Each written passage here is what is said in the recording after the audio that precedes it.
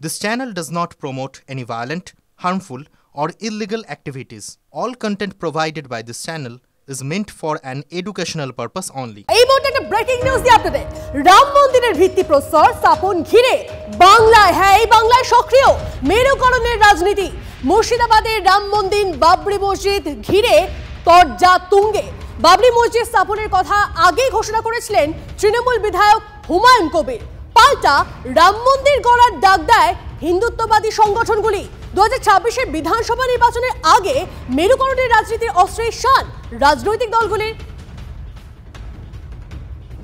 রামচন্দ্রের এই ভব্য মন্দির নির্মাণ বা শিলান্যাস বা ভূমি পূজনের যে অনুষ্ঠান, তাতে আমরা ভারতবর্ষের মহামহিম রাষ্ট্রপতি, ভারতবর্ষের প্রধানমন্ত্রী নরেন্দ্র মোদীজি, আমাদের রাজ্যের মুখ্যমন্ত্রী মমতা বন্দ্যোপাধ্যায় এবং রাজ্যের বিরোধী দলনেতা শ্রী শুভেন্দু অধিকারী, আমরা সিপিআইএম এর রাজ্য সম্পাদক মোহাম্মদ সেলিম মহাশয়কেও জানিয়েছি এবং বিধানসভার একমাত্র যে বিধায়ক বাম, কংগ্রেস এবং আইএসএফ জোটের ভ্রাতৃপ্রতিম নওশাদ সিদ্দিকী, তাকেও আমি জানিয়েছি। বিশেষভাবে আমন্ত্রণ জানিয়েছি ভরতপুরের বিধায়ক হুমায়ুন কবিরকে। 22 তারিখে সম্পূর্ণ উৎসাহ, উদ্দীপনা এবং ধর্মীয় আধ্যাত্মিক এক ভাবগম্ভীর ভাবমুখরিত পরিবেশের মধ্যে দিয়ে ওখানে প্রস্তাবিত যে রাম মন্দির, সেই রাম মন্দিরের শিলান্যাস এবং ভূমি পূজন, হোমযজ্ঞ ইত্যাদি হবে। এই মুহূর্তে আমাদের দুই প্রতিনিধি আমাদের সঙ্গে রয়েছেন কৌশিক এবং আমাদের সঙ্গে রয়েছেন সৌরভ গুহ। দেখো কৌশিক, প্রথমে তোমার থেকে যে বিষয়টা জানতে চাইবো, এই মুহূর্তে এই বিষয়টাকে, অর্থাৎ রাম মন্দির স্থাপন ঘিরে তো একটা রাজনীতি শুরু হয়ে গিয়েছে, কিন্তু এই রাম মন্দির হচ্ছে কোথায়, সেই জায়গাটা কোথায় হচ্ছে, এবং পাল্টা যে বাবরি মসজিদ তৈরি হওয়ার কথা আগেই ঘোষণা হয়েছিল সেটাই বা কোথায় হচ্ছে, কি জানানো হয়েছে? দেখো, হুমায়ুন কবির বাবরি মসজিদের ডাক দিয়েছিলেন, তারপরে কিন্তু অম্বিকানন্দ মহারাজ মুর্শিদাবাদের প্রতিটি বিধানসভা বা ব্লকে ব্লকে কিন্তু এই রাম মন্দির করার ডাক দিয়েছিলেন। সেই রাম মন্দির কিন্তু হচ্ছে মুর্শিদাবাদের প্রথম, যেটা তাদের কাছে সেটা হচ্ছে মুর্শিদাবাদের সাগরদিঘির একটি প্রত্যন্ত গ্রাম অলঙ্কার গ্রাম। সেই অলঙ্কার গ্রামে কিন্তু সেই রাম মন্দির ভিত্তিপ্রস্তর হবে এবং আগামীকাল কিন্তু সেই ভূমি পূজনের কথা বলা হচ্ছে, সেই ভূমি পূজন হবে। তুমি দেখতে পাচ্ছ সেই গ্রামের পরিস্থিতি এবং আশেপাশে কিন্তু এখনো পর্যন্ত মাটির বাড়ি চালা রয়েছে, সেই সব বাড়ি এবং সেই একদম প্রত্যন্ত গ্রাম, এখানে মন্দির হবে। কিন্তু যে মন্দির শুধু নিছক নয়, এই গ্রামের যে যাদের বলেছেন এবং যারা জমিদান করেছেন তাদেরকে বলা হয়েছে মন্দিরের পাশাপাশি হাসপাতাল এবং একটি মঠ এবং শিক্ষা প্রতিষ্ঠান তৈরি করা হবে এই সাধারণ মানুষের উন্নতির জন্য।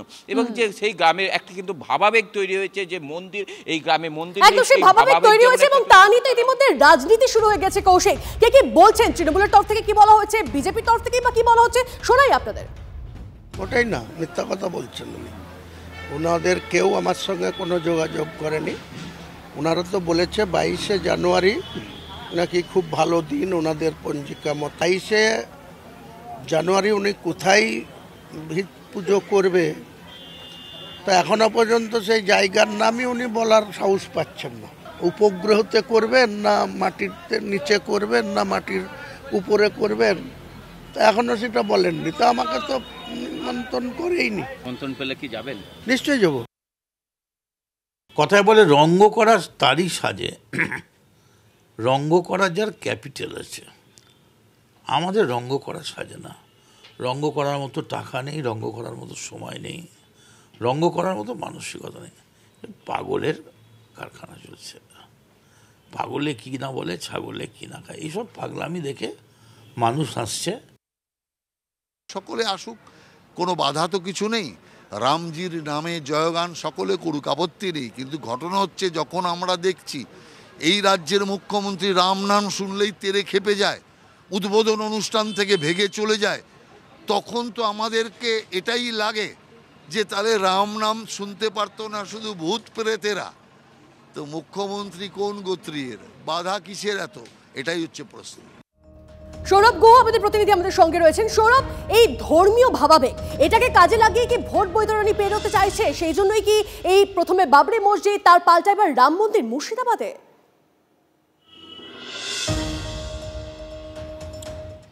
অবশ্যই তন্নিষ্ঠা, তোমার প্রশ্নের উত্তরে আসবার আগে প্রথমেই জানিয়ে রাখি, যেটা কৌশিক হুমায়ুন কবিরের বক্তব্যটা জানিয়েছিল যে তিনি আমন্ত্রণ পাননি।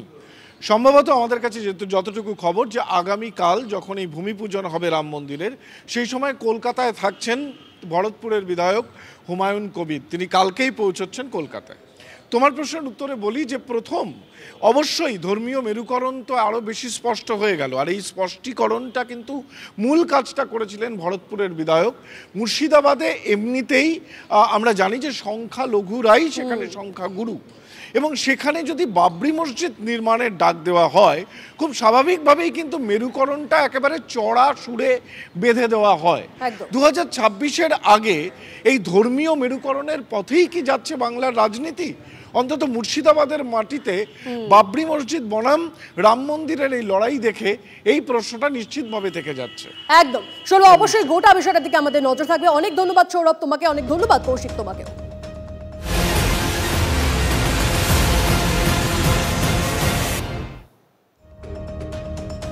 এদিকে এই রাজ্যে নারী নিরাপত্তা তা নিয়ে এত সুর উঠেছিল, এত চড়া গর্জন হয়েছিল, তারপরেও কি পরিস্থিতি? রাজ্যে ফের ধর্ষণ করে খুনের অভিযোগ। তিলোত্তমার ঘটনার সাজা ঘোষণার দিনই বাসন্তীতে আদিবাসী নাবালিকাকে ধর্ষণ করে খুনের অভিযোগ। 3 জনকে আটক করে ইতিমধ্যে জিজ্ঞাসাবাদ শুরু করেছে পুলিশ। 12 দিন ধরে নিখোঁজ থাকার পর সোমবার বিকেলে নাবালিকার বিবস্ত্র মৃতদেহ উদ্ধার হয়। পুলিশের ভূমিকায় ফুঁসছেন গ্রামবাসীরা। দোষীদের কড়া শাস্তির দাবিতে বুক ফাটা কান্না মায়ের।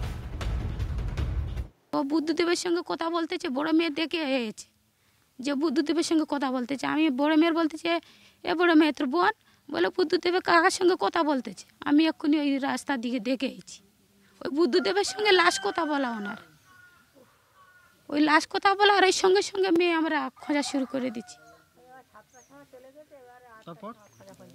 ওই সঙ্গেই লাশ কথা বলা। 3 জনের ওপরে সন্দেহ, 3 জনাই ডেকেছিলাম। দীপেন কয়াল আর বিনয় সর্দার আর বুদ্ধদেব সর্দার, এদের 3 জনের ওপরে আমার টার্গেট ছিল। এদের 3 জনের আমরা ইয়ে করতেছিলাম, তো 3 জনাই ডেকেছি। 3 জনাই বলতেছে না আমরা জানি না কিছু। ধর্ষণ করেছে মেয়ের, ধর্ষণ করে মেরেছে। এই কালকে নিয়ে 12 দিন, মেয়ে কি 12 দিনে ওই করে মেরেছে ওরা? ও তিলে তিলে মেরেছে তো মেয়ের। আমরা কটা শাস্তি চাই, যেরকম আমার মেয়ের ওর যে করে মেরেছে বাড়ি আসে ওরকম। অভিজ্ঞান আমাদের প্রতিনিধি আমাদের সঙ্গে রয়েছেন, অভিজ্ঞানের সঙ্গে কথা বলি। অভিজ্ঞান, 12 দিন ধরে ওই নাবালিকা নিখোঁজ ছিল, পুলিশ কি করছিল, তাদের ভূমিকা কি ছিল এই ক্ষেত্রে, কি বলছেন পরিবার? দেখো, তোমাকে যেটা জানিয়ে রাখি যে পরিবেশের যা পক্ষ যে সেটা হচ্ছে যে তারা ঘটনাটি জানার পর সঙ্গে সঙ্গেই তারা বাসন্তী থানা দ্বারস্থ হয়েছিল এবং তারা সেখানে নিখোঁজ ডায়েরি পর্যন্ত করেছিল। এবং এই ঘটনার পর পুলিশ এখানে একবার তদন্ত এসেছিল এবং প্রথম থেকেই 3 জনের বিরুদ্ধেই কিন্তু এখানে তাদের অভিযোগ ছিল এবং সন্দেহ ছিল যে এক হচ্ছে বুদ্ধদেব সর্দার, সে এসে বৃহস্পতিবার তাকে সন্ধ্যের সময় বাড়ি থেকে ডেকে নিয়ে যায় এবং তারপর থেকেই ওই নাবালিকা কিন্তু নিখোঁজ ছিল। এবং সেই সঙ্গে সঙ্গে দীপেন কয়াল নামে একজনের কথা এখানে উঠে এসেছে। এই দীপেন, বুদ্ধদেব এদের সঙ্গেই ওই নাবালিকা ছাত্রীর তাদের সঙ্গে কথাবার্তা এবং তাদের সঙ্গে যাতায়াত যোগাযোগটাও ছিল। এবং এই ঘটনায় সর্বশেষ তথ্য তোমাকে জানিয়ে রাখি, বারুইপুরের পুলিশ সুপার পলাশচন্দ্র ঢালি জানিয়েছেন এই খুনের ঘটনায় 2 জনকে গ্রেপ্তার করা হয়েছে। বুদ্ধদেব সর্দার এবং দীপেন কয়ালকে গ্রেপ্তার করা হয়েছে। তাদের আজকের আলিপুর আদালতে তোলা হতে পারে এবং এই বিষয়ে পুলিশ সুপার তিনি সাংবাদিক সম্মেলন করতে পারেন। নাবালিকা ছাত্রীর খুনের ঘটনায় বাসন্তী থেকে 2 জনকে গ্রেপ্তার করা হয়েছে। প্রেম ভালোবাসা সম্পর্কিত ঘটনার কারণেই তাকে ডেকে নিয়ে গিয়ে খুন করা হয়েছে বলে পুলিশের প্রাথমিক তদন্ত অনুমান।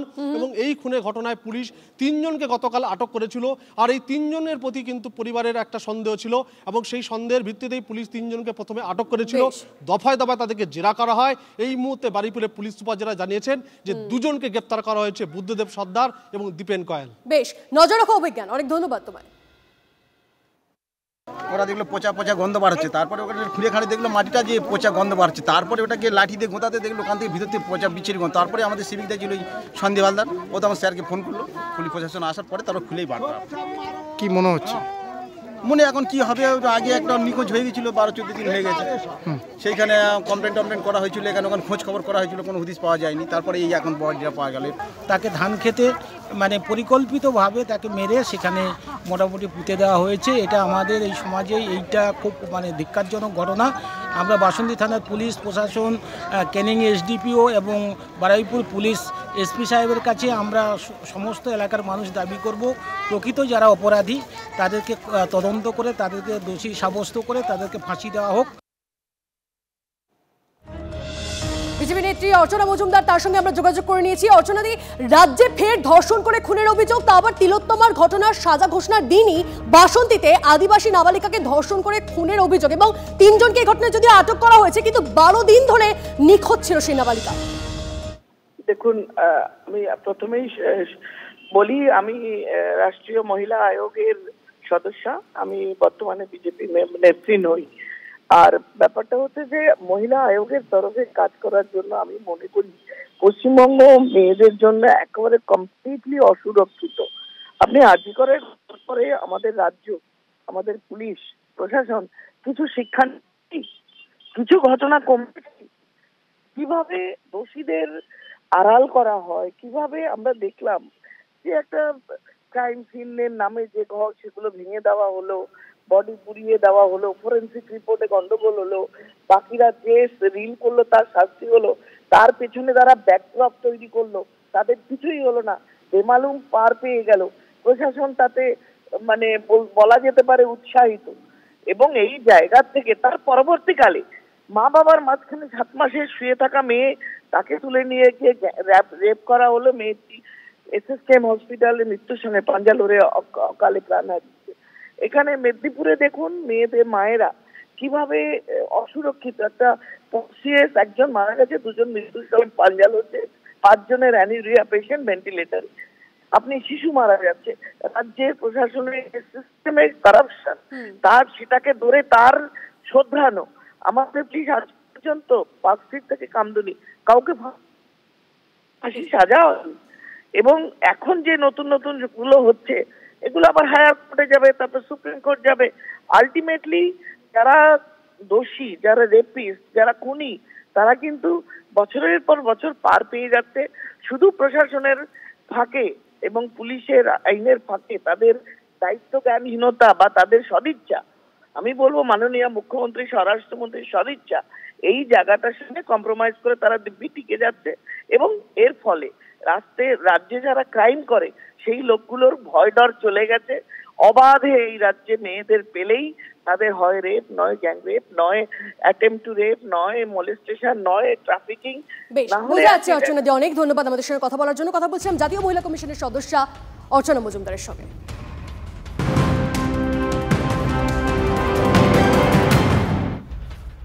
এই মুহূর্তে আরো একটা ব্রেকিং নিউজ দিয়ে আপনাদের। জেল মুক্তির পর ফের সক্রিয় রাজনীতিতে ফিরছেন জ্যোতিপ্রিয় মল্লিক।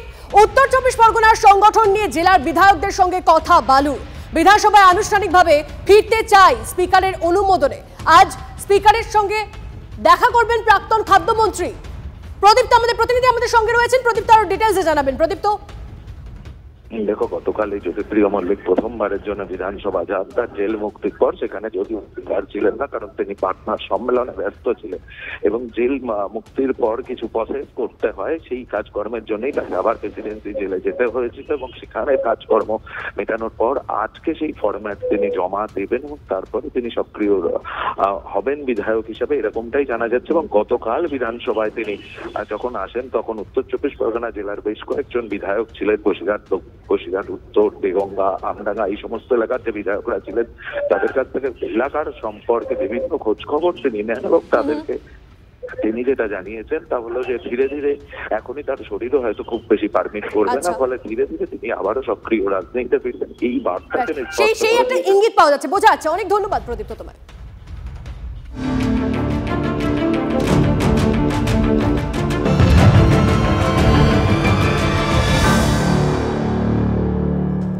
এই মুহূর্তে একটা ব্রেকিং নিউজ, একটা আপডেট আসছে আমাদের কাছে। তিলোত্তমা মামলার রায়কে চ্যালেঞ্জ করে হাইকোর্টের রাজ্য। এই মুহূর্তের বড় খবর, সঞ্জয় রায়ের সর্বোচ্চ সাজা চেয়ে হাইকোর্টে মামলা রাজ্যের। এই মুহূর্তের বড় খবর, তিলোত্তমা মামলার রায়কে চ্যালেঞ্জ করে হাইকোর্টে গেল রাজ্য। সঞ্জয় রায়ের সর্বোচ্চ সাজা চেয়ে হাইকোর্টে মামলা রাজ্যের। আরো ডিটেইলসে জানাবেন আমাদের প্রতিনিধি শ্রাবন্তী আমাদের সঙ্গে রয়েছেন। শ্রাবন্তী, দেখো, যে সময় রায় ঘোষণা হয়েছিল তার পরপরই মুখ্যমন্ত্রী বলেছিলেন যে এই রায় তিনি একেবারেই সন্তুষ্ট নন, তার কারণ সঞ্জয় রায়ের সর্বোচ্চ সাজা হওয়া উচিত, সেক্ষেত্রে ফাঁসির সাজা চাইছেন। তারপর পরই রাজ্য সরকারের পক্ষ থেকে একটি নির্দেশ যায়, সেই অনুযায়ী রাজ্যের এজি আজ সকালবেলায় বিচারপতি দেবাংশু বসাকের ডিভিশন বেঞ্চের দ্বারস্থ হয়েছেন। মামলা দায়ের করার আবেদন করা হয়েছে। দোষী সঞ্জয় রায় সর্বোচ্চ সাজা চেয়ে রাজ্য মামলা করেছে ডিভিশন বেঞ্চে। বিচারপতি আপাতত মামলা দায়ের করার অনুমতি দিয়েছেন। এই মামলা শুনানি হলে সেখানে রাজ্য কেন এই ধরনের বিষয় চাইছে সেটা জানা হবে। তার কারণ গোটা মামলায় রাজ্য সরকার কোনো অর্থে পার্টি ছিল না, ফলে নতুন করে এই মামলায় পার্টি হয়ে রাজ্য সরকারের পক্ষ থেকে বিশ্লেষণ করা হবে কেন সঞ্জয় রায় সর্বোচ্চ সাজার তারা আর্জি জানাচ্ছেন।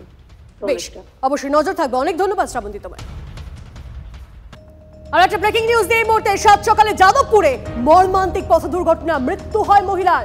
বেপরোয়া সরকারি বাসের ধাক্কা স্কুটারে মেয়েকে স্কুলে নিয়ে যাওয়ার পথে বেঘোরে মৃত্যু মায়ের। কেমন রয়েছে সেই শিশু, কেমন রয়েছে তার বাবা, মানে সেই শিশুর বাবা, কথা বলবো আমাদের প্রতিনিধি সৌভিক আমাদের সঙ্গে রয়েছেন সরাসরি। সৌভিক, কি আপডেট? দেখো, ঘটনাটা ঘটে সকাল 6:50 নাগাদ। দেবশ্রী মণ্ডল তার ছোট মেয়েকে নিয়ে স্কুলে যাচ্ছিল এবং তার স্বামীর বাইকে করে যাচ্ছিল, এবং যেটা অভিযোগ সেই সময় S31 বাস যেটা বেহালা থেকে যাদবপুরে আসে সেই বাসটি বেপরোয়াভাবে ধাক্কা মারে, এবং ধাক্কা মারার সাথে সাথে কিন্তু দেবশ্রী মণ্ডল রাস্তায় পড়ে যায়, বাসের চাকা তার মাথার উপর দিয়ে চলে যায়। কিন্তু ভাগ্যবশত যে শিশুটি ছিল সেই শিশুটি কিন্তু একটি অটোর ভিতরে গিয়ে পড়ে এবং সেখানে সমস্ত প্যাসেঞ্জাররা ছিল, তাদের কোলেতে গিয়ে পড়ায় কিন্তু শিশুটি সেফ রয়েছে। যদিও দেবশ্রী মণ্ডলের স্বামী কিন্তু আহত অবস্থায় হসপিটালে ভর্তি। এই মুহূর্তে দেবশ্রী মণ্ডলের যে দেওর তার সঙ্গে সরাসরি আমরা কথা বলে নেব, কী হয়েছিল ঘটনাটা সরাসরি জেনে নেব। সকালবেলাটা কী হয়েছিল পুরো ঘটনাটা? বাবু তুই বলে দে। ও ছিল যেহেতু দেখেছে। ও প্রথম সকালে যখন 6:20-25 নাগাদ হবে তখন আমি দেখেছি অ্যাক্সিডেন্টে পড়ে আছে, মানে আছে। তা আমি যখন ওখানে গেলাম পজিশানে স্পটে, আমি দেখে দূর থেকে মনে হলো আমার চেনাশোনা মনে হচ্ছে, তো আমি গেলাম পজিশানে। বাসের গতি কি অনেক বেশি ছিল? অনেকটাই গতি বেশি ছিল। ওরা রেসারেসি করে, মানে কে কত আগে যেতে পারবে। হ্যাঁ, রেসারেসি মানে কে কাউকে সাইড দেবে না, কে কত আগে যেতে হয়। আর ওই টাইমটা সবার মতো পাশ কাটিয়ে চলে যায়। দেবশ্রীর কি ঘটনাস্থলে মৃত্যু? হ্যাঁ, স্পট ওখানেই মারা গেছে, কিন্তু সেই মুহূর্তে পুলিশ ছিল না, কেউ কিছু ছিল না।